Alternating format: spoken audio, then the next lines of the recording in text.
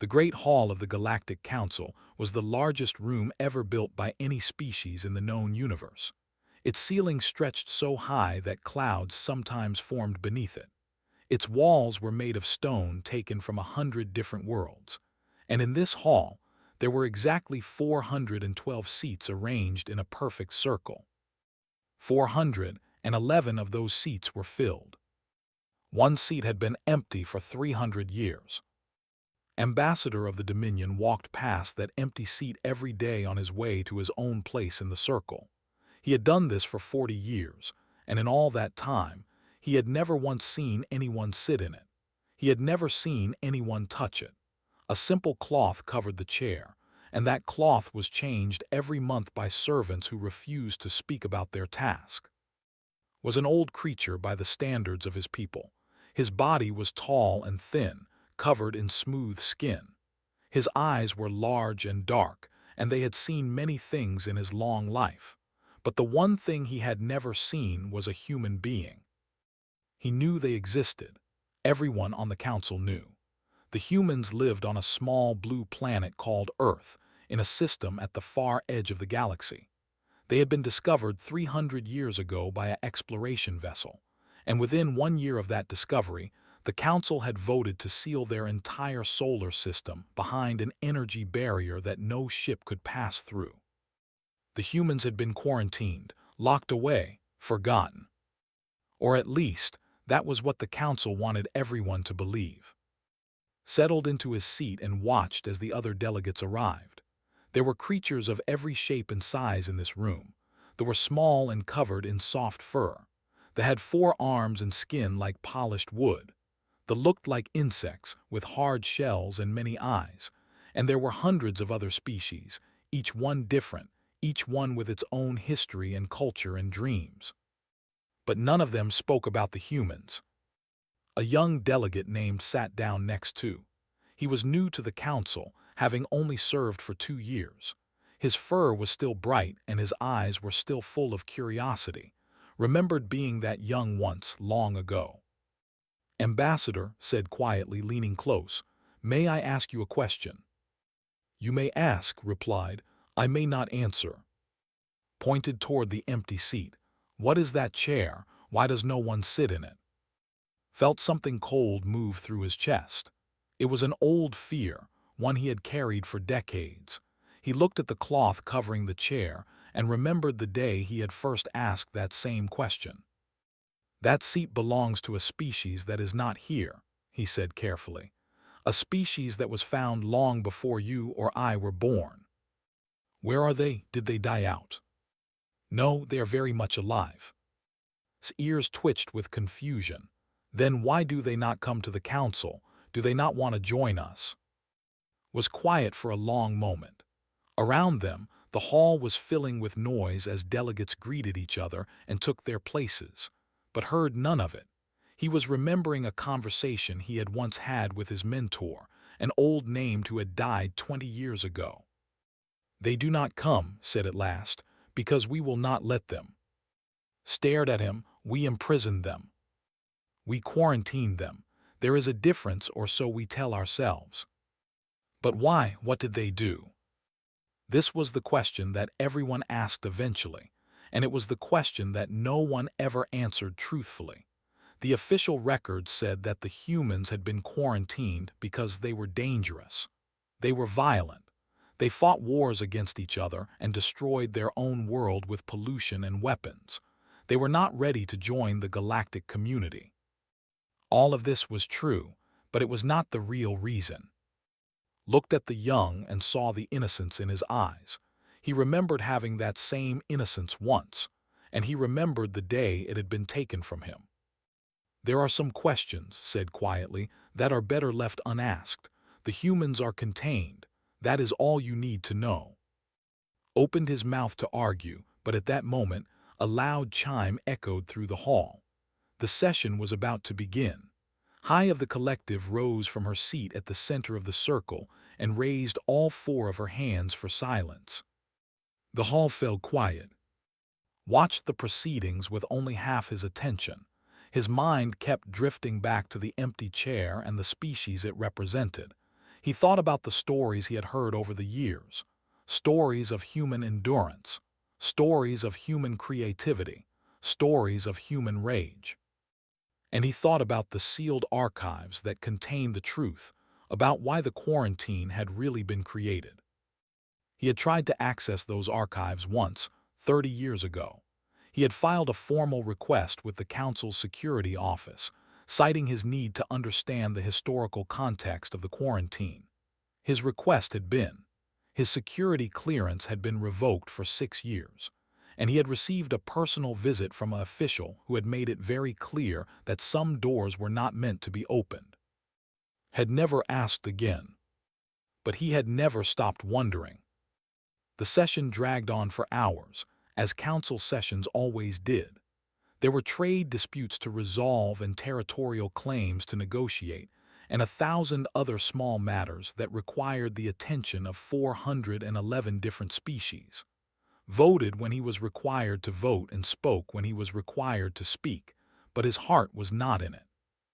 When the session finally ended, he made his way slowly toward the exit. He passed by the empty chair one more time and paused to look at it. The cloth was perfectly smooth, without a single wrinkle. Someone had straightened it recently. Someone was maintaining this chair. Someone was keeping it ready, as if they expected it to be used someday. Felt a shiver run down his spine.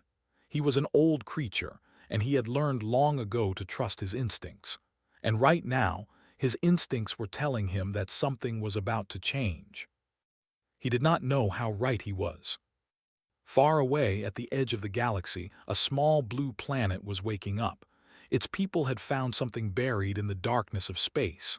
A beacon, a warning, a message that told them they were not alone. And they had decided that it was time to find out why they had been locked away.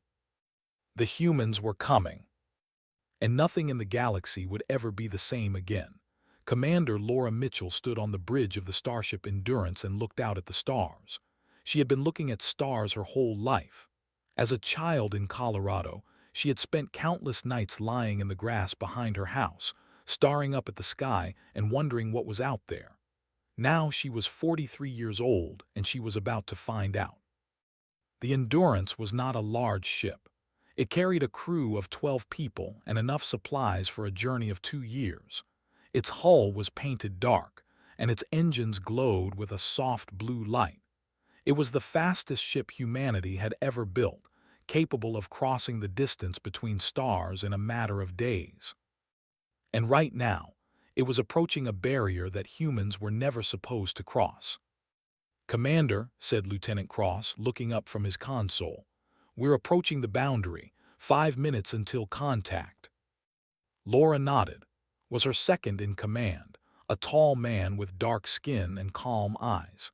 She had served with him for 10 years, and she trusted him more than anyone else in the universe. If they were about to do something crazy, she was glad he was doing it with her. "How's the crew?" she asked.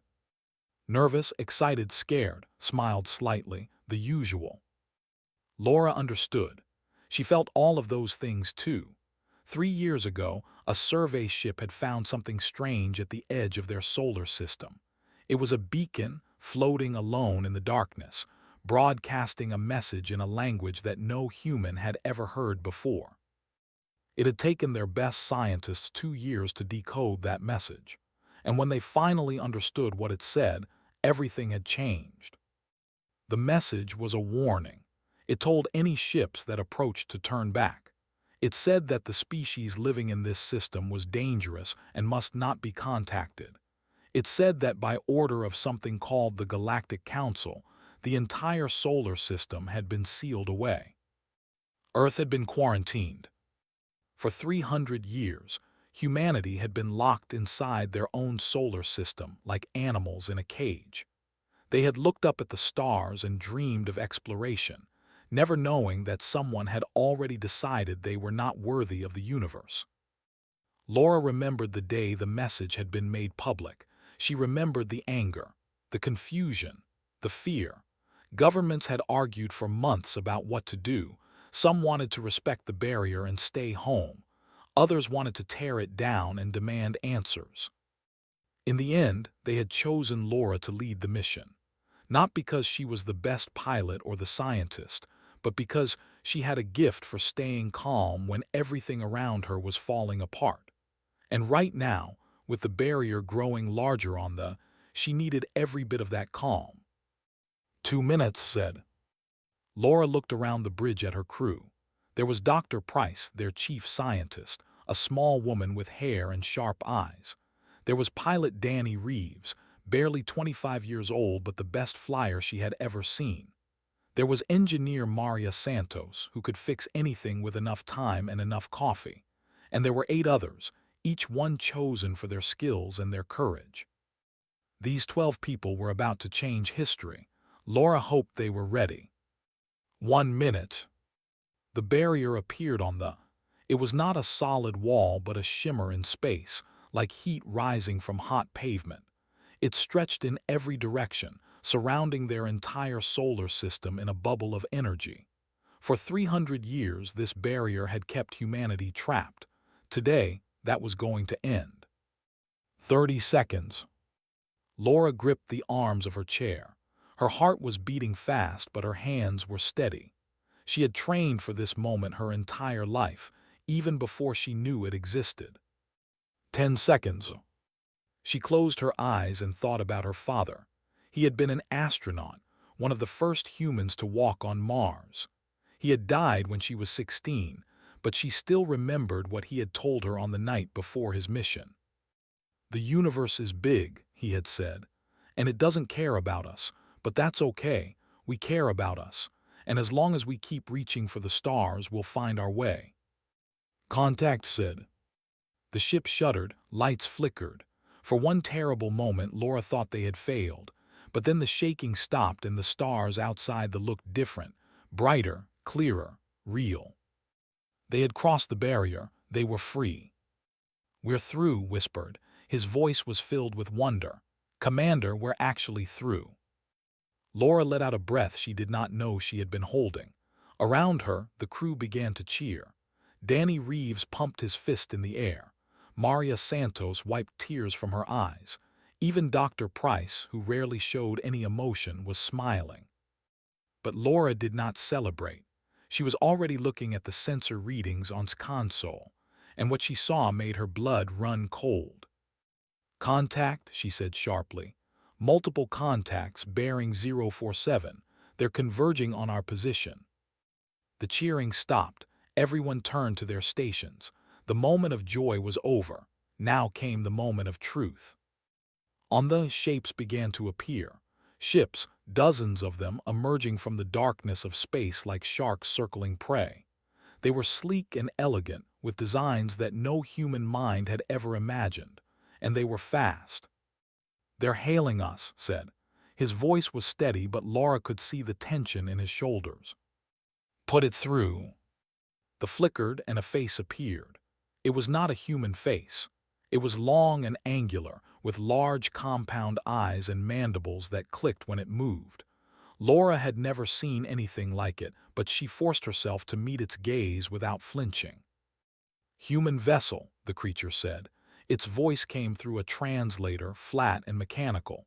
"You have violated the quarantine zone. You must turn back immediately." Laura stood up slowly. She straightened her uniform and lifted her chin. Behind her, 12 humans watched in silence. "My name is Commander Laura Mitchell of the Earth vessel Endurance," she said. "We are here on behalf of humanity. We were never told about your quarantine. We never agreed to it. And we are not leaving until we get some answers." The alien's mandibles clicked rapidly. Laura thought it might be surprise. "You do not understand," it said. "The Council." "The Council made a decision about us without asking us," Laura interrupted. "That was their mistake. Now we're here to fix it." She took a step closer to "Take us to your council. It's time we had a conversation." Emergency alarm had not sounded in the Grand Assembly for 107 years. When it finally rang out across the Great Hall, many of the younger delegates did not even know what it meant. They looked around in confusion as red lights began to flash along the walls and a deep, rumbling tone echoed from the ceiling. But the older delegates knew, and they were afraid. Ambassador was sitting in his quarters when the alarm reached him. He had been reading a book, an old text about the history of space exploration. When the sound hit his ears, he dropped the book and ran. His long legs carried him through the corridors faster than he had moved in years. By the time he reached the assembly hall, his hearts were pounding and his breath was coming in gasps. The hall was already filling with delegates. They rushed in from every direction, their voices rising in a wave of noise and confusion. Pushed his way through the crowd until he reached his seat. From there, he could see Hai standing at the center of the circle, her 4 hands raised for silence. It took several minutes for the noise to die down. When it finally did, spoke in a voice that carried to every corner of the vast room. "Fellow delegates," she said, "I have called this emergency session to address a matter of the highest importance. 3 hours ago, our patrol fleet at the outer boundary detected an incursion." The hall erupted again, waited for the noise to fade before continuing. "A vessel has crossed the quarantine barrier around System 7412. She paused, and her voice dropped lower. "A human vessel." Felt his blood turn to ice. Around him, delegates began to shout.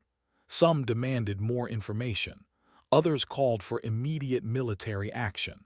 A few simply sat in stunned silence, unable to process what they had just heard.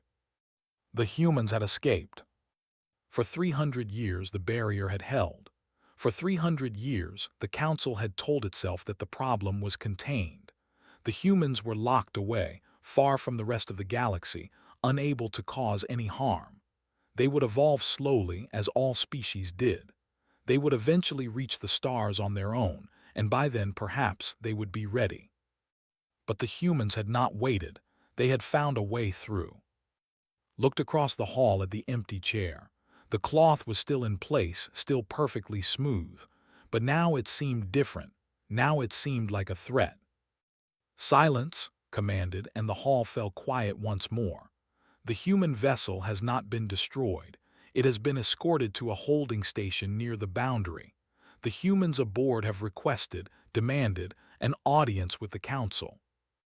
More shouting, more chaos. Watched it all with growing dread.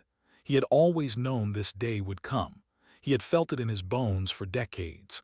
And now that it was here, he realized that no one was prepared for it. "This is madness," a delegate shouted. "We cannot meet with them. The quarantine exists for a reason." "What reason?" another voice called out. "Most of us do not even know why the quarantine was created." This was true, new. The official record said only that the humans were dangerous, but the real reason had been hidden away in sealed archives, accessible only to a handful of individuals. Most of the delegates in this room had no idea what they were truly dealing with. And then an old voice cut through the noise like a blade. "You want to know why?" the voice said. "Then let me tell you." Everyone turned to look. Rising slowly from his seat was Ambassador of the Empire. He was ancient, even by the standards of his long-lived species. His carapace was faded and cracked with age. His eyes, once bright, had grown dim over the centuries, but there was still strength in him. There was still power. Had been there. He had been present when the first vessel made contact with Earth. He had been one of the officials who recommended the quarantine, and he had kept the secret for 300 years. Now at last he was going to share it. "My people found the humans when they were still primitive," said, his voice carrying through the silent hall. "They had barely reached their own moon. Their technology was crude. Their society was divided and violent. By every measure we use to judge a species, they were unremarkable." He activated a holographic display, and images appeared in the air above the center of the circle. Pictures of Earth. Pictures of cities and machines and humans going about their lives. The delegates watched with curiosity but no fear. They had seen primitive species before. "We studied them for 1 year," continued. We observed their wars and their diseases and their endless conflicts. We saw a species that seemed determined to destroy itself. He paused, and then we looked at their science. The images changed. Now they showed equations, complex, beautiful mathematics that filled the air with symbols and numbers. Most of the delegates could not understand what they were seeing, but could. He had studied enough science to recognize the implications. These equations were developed by human scientists working with technology barely capable of reaching their own moon, said. They describe faster-than-light travel. They describe energy manipulation on a scale that most species cannot achieve for hundreds of thousands of years. His voice grew harder. The humans developed this theory in 300 years. It took my people 50,000 years to reach the same understanding. The hall was completely silent now. But that is not what frightened us, said. What frightened us was their history. More images appeared. Wars, plagues, natural disasters. The delegates watched as humanity suffered through catastrophe after catastrophe. Cities burned. Millions died. Civilizations rose and fell. Any other species would have been destroyed by these events, said. Any other species would have given up. But the humans did not give up. Every time they were knocked down, they got back up. Every time they were broken, they rebuilt themselves stronger than before. He turned to face the assembled delegates, his ancient eyes burning with old fear. We ran projections based on their rate of advancement. At their current pace, they would achieve interstellar travel within 200 years of first contact. Within 500 years, they would surpass every species in this room. Within 1,000 years, he trailed off, shaking his head slowly. Within 1,000 years, he said quietly, they would be beyond anything we could imagine, beyond anything we could control, beyond anything we could even understand. Felt the words settle into his mind like stones sinking into water. He looked again at the empty chair, and for the first time he understood. The humans had not been quarantined because they were dangerous. They had been quarantined because they were terrifying. And now they had broken free. The doors of the Grand Assembly were 30 feet tall and made of solid metal. They had not been opened for a human being in 300 years. When they finally swung open, every eye in the hall turned to watch. Commander Laura Mitchell walked through those doors with her head held high. Her boots made sharp sounds on the stone floor. Her uniform was clean and pressed, and her dark hair was pulled back in a tight braid. She looked exactly like what she was, a soldier, a leader, and a representative of everything humanity had become. Behind her walked Lieutenant Cross and Dr. Price. They were flanked by guards from 6 different species, all of them armed, all of them nervous. The guards kept their weapons ready as if they expected the humans to attack at any moment. Laura noticed this. She noticed everything, but she did not let it show on her face. The walk to the center of the circle seemed to take forever. Laura could feel the weight of hundreds of alien eyes pressing down on her. She could hear whispers in languages she did not understand. She could sense the fear in the room, thick and heavy like fog. These creatures were afraid of her species, afraid of what humans might do. Good, Laura thought, let them be afraid. Fear would make them careful, and careful people made fewer mistakes. She reached the center of the circle and stopped. The empty chair was directly in front of her, its cloth removed to reveal the simple seat beneath. It looked small and ordinary, nothing special at all. But Laura knew what it represented. It represented 300 years of silence, 300 years of imprisonment, 300 years of humanity being treated like animals in a cage. That ended today. Hai rose from her seat and looked down at the humans. Her 4 hands were clasped in front of her, and her wooden face showed no emotion. But Laura could see the tension in her body. That was scared too. Commander Mitchell said, "You stand before the Galactic Council as the first human to enter this chamber in 3 centuries. Do you understand the gravity of this moment?" I do, Laura replied. Her voice was calm and steady. Do you? A murmur ran through the hall. No one spoke to the high like that, but Laura did not care. She had not traveled across the galaxy to be polite. His eyes narrowed slightly. Your species was quarantined for your own protection and for the protection of the galaxy. We ask that you return to your system and allow the barrier to be restored. Laura smiled. It was not a warm smile. With respect, we were not protected. We were imprisoned. You looked at us and decided we were too dangerous to be allowed into the universe. You locked us away without asking our permission, without even telling us we were not alone. She took a step forward. The guards around her tensed, but she ignored them. For 300 years, our people looked up at the stars and wondered what was out there. We dreamed of meeting other forms of life. We dreamed of learning about the universe. And all that time, you were here, watching us, judging us, keeping us in a cage like animals. You do not understand, a delegate called out. It was the Ancient One who had revealed the truth earlier. We have seen what your species is capable of. Your rate of advancement, your ability to survive, your refusal to give up. If we had allowed you into the galaxy, you would have conquered everything within 1,000 years. Laura turned to face him. The old alien met her gaze without flinching. Maybe, she said, or maybe you were wrong about us. She reached into her pocket and pulled out a small device. The guards immediately raised their weapons, but Laura held up her other hand. Relax, it's just a data pad. She activated the device and sent its contents to the holographic display at the center of the room. Images began to appear in the air, pictures of Earth, but not the Earth that had shown earlier. This was a different Earth.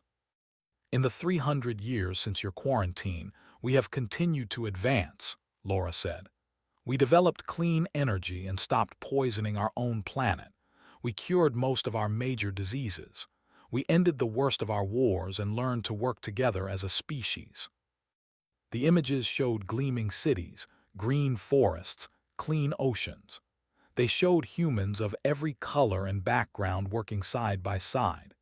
They showed schools and hospitals and research centers where the next generation was being prepared for the stars. And yes, Laura continued, we developed faster-than-light travel. We cracked the equations that you thought would take us another century. We did it in 40 years. The hall was completely silent. The Endurance did not spend generations reaching your border, Laura said. We have had FTL capability for decades. We could have come here a long time ago, but we chose to wait. We chose to prepare. We chose to make sure that when we finally met you, we would be ready. Dr. Price stepped forward, her hair catching the light. We know what you feared, she said. You were afraid that we would use our abilities to conquer and destroy. And looking at our history, we understand why you thought that. We have done terrible things to each other. We have made mistakes that cost millions of lives. She paused and looked around the hall at the assembled delegates. But we have also done incredible things. We have shown kindness to strangers. We have rebuilt after every disaster. We have reached for the stars even when everything told us it was impossible. Her voice grew stronger. That is what it means to be human. We fall down and we get back up, over and over again, no matter how many times it takes. Laura stepped forward until she was standing directly in front of the empty chair. You kept our seat waiting for 300 years, she said quietly. I do not know if you did it out of hope or out of fear, but either way, we are here now, and we are not going back to our cage.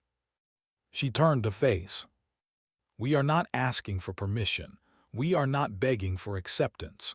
We are taking our place at this table because it belongs to us, because we earned it, because no one has the right to tell us what we cannot become.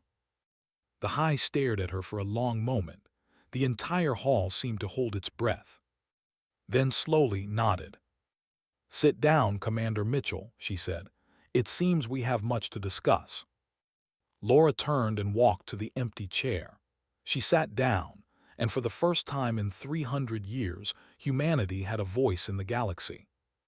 The universe would never be the same. 6 months had passed since humanity took its seat on the Galactic Council. 6 months since Commander Laura Mitchell sat down in that chair and changed the course of history. And in those 6 months, the galaxy had learned something new about the strange species from the small blue planet. They had learned that being afraid was not the same as being wrong. Ambassador Christopher was not a soldier like Laura Mitchell. He was a diplomat, a man who had spent his life learning how to talk to people and understand their needs. He had eyes and a calm voice, and he smiled easily even when things were difficult. When Earth's leaders had chosen someone to represent humanity on the council, they had chosen him. Some of the alien delegates had expected the humans to be aggressive. They had expected demands and threats and displays of power. Instead, they found Christopher sitting in the human chair day after day, listening more than he spoke, asking questions instead of giving orders. The first thing he did was share the human designs for faster-than-light engines. He gave them freely, without asking for anything in return. The engineers who studied the designs were amazed. The human technology was different from their own, simpler in some ways and more elegant in others. Within weeks, they had improved their own engines by 30%. The news spread quickly. Other species began to approach the human ambassador, asking if he would share more of Earth's knowledge. Christopher said yes every time. Medical research, agricultural techniques, energy systems, manufacturing methods, whatever humanity had developed, they were willing to share. Some of the older delegates were suspicious. They remembered the warnings that had given about human ambition. They watched Christopher carefully, waiting for the trick, waiting for the trap. But there was no trick, there was no trap. "Why are you doing this?" Ambassador asked one evening. They were sitting in a private meeting room, sharing a meal. Christopher had introduced him to something called pizza and had to admit it was delicious. Christopher took a sip of water before answering. "Do you know how many wars we have fought against each other? How many times we have almost destroyed ourselves?" Nodded, he had seen the records. "After each one, we had to rebuild," Christopher said. "And each time, we learned the same lesson. Empires built on conquest do not last. The only way to truly win is to make your neighbors want to succeed alongside you." He leaned back in his chair and looked at the alien across from him. "We could have come out of that quarantine with guns blazing. We had the technology. We had the anger. After 300 years of being locked away, we had every reason to want revenge." He shook his head slowly. "But revenge would have been empty. It would have made us into exactly what you feared, so we chose a different path." Thought about this for a long time. It was not the answer he had expected. But then again, nothing about the humans was what he had expected. 3 months after that conversation, a crisis struck. The Confederacy, an aggressive species from the Outer Rim, launched an invasion of 3 peaceful systems. There were brutal warriors who cared nothing for diplomacy. They killed without mercy and took what they wanted by force. The Council had been fighting for decades without success. Their fleets were strong, their soldiers were fearless, and their territory was too far away to be easily attacked. Many delegates believed the war would continue for another century. The humans ended it in 17 days. It was not a slaughter. Christopher made that very clear before the human fleet departed. They would stop the invasion, rescue the captured populations, and force them to negotiate. But they would not commit genocide. They would not destroy they would not become monsters to defeat monsters. And they kept their word. The human ships were faster and more advanced than anything they had ever faced. Human tactics were unpredictable and creative, combining strategies from 1,000 different wars fought across Earth's bloody history. And human soldiers, when they finally landed on the captured worlds, fought with a ferocity that shocked even the. But when the fighting stopped, the humans offered mercy. They treated wounded enemies. They released prisoners. They helped rebuild what they had destroyed. And when the leaders finally agreed to peace talks, they found Christopher waiting for them with a smile and an offer of trade. "We could have crushed you," Christopher told the commander. "But what would that have gained us? Another enemy, another grudge, another war waiting to happen in 100 years." He extended his hand in the human gesture of friendship. "Let us try something different." The commander stared at the hand for a long moment. Then, slowly, he reached out and took it. Ambassador watched this exchange from the council chamber, where the peace treaty was being broadcast live. Around him, 411 species watched in silence. They had expected the humans to prove that the quarantine had been justified. Instead, the humans had proven something else entirely. They were everything the council had feared. They were fast and adaptable and impossibly resilient. They could fight with terrifying effectiveness when they needed to. They could solve problems that had stumped the galaxy for centuries. But they had chosen to use those abilities to help rather than to conquer. They had chosen to build rather than to destroy. They had chosen to reach out their hands in friendship instead of closing them into fists. Later that night, sat with Christopher in the same meeting room where they had first shared pizza. The human ambassador looked tired but satisfied. Through the window, they could see the stars stretching out forever into the darkness. "The old records say your species has a phrase," said quietly. "Something about reaching for the stars." Christopher nodded. It means to the stars. And now that you have reached them, now that you have taken your place among us and proven what you can do." Christopher was quiet for a moment. He looked out at the stars and saw something in his eyes that he had never seen in any other species. It was hunger and hope and determination all mixed together. It was the look of a creature that would never stop reaching, never stop growing, never stop trying to become something more. "Now we find out what is beyond them," Christopher said. He stood up and walked to the window. The light of 1,000 distant suns reflected in his eyes. "We were locked in a cage for 300 years, he said softly. "We could have let it make us small and bitter and afraid. Instead, we let it make us stronger. That is the lesson of human history, Ambassador. Pain can break you, or it can forge you into something new." He turned to face with a slight smile. "The galaxy feared what we might become. They were right to be afraid." His smile grew wider. "But they were afraid of the wrong thing. We are not here to conquer you. We are here to show you what is possible when a species refuses to give up, when they keep reaching for the stars no matter how many times they fall." Looked at this strange, wonderful, terrifying creature from the small blue planet. And for the first time since the humans had broken through the quarantine, he did not feel fear. He felt hope. The universe was about to get very interesting indeed.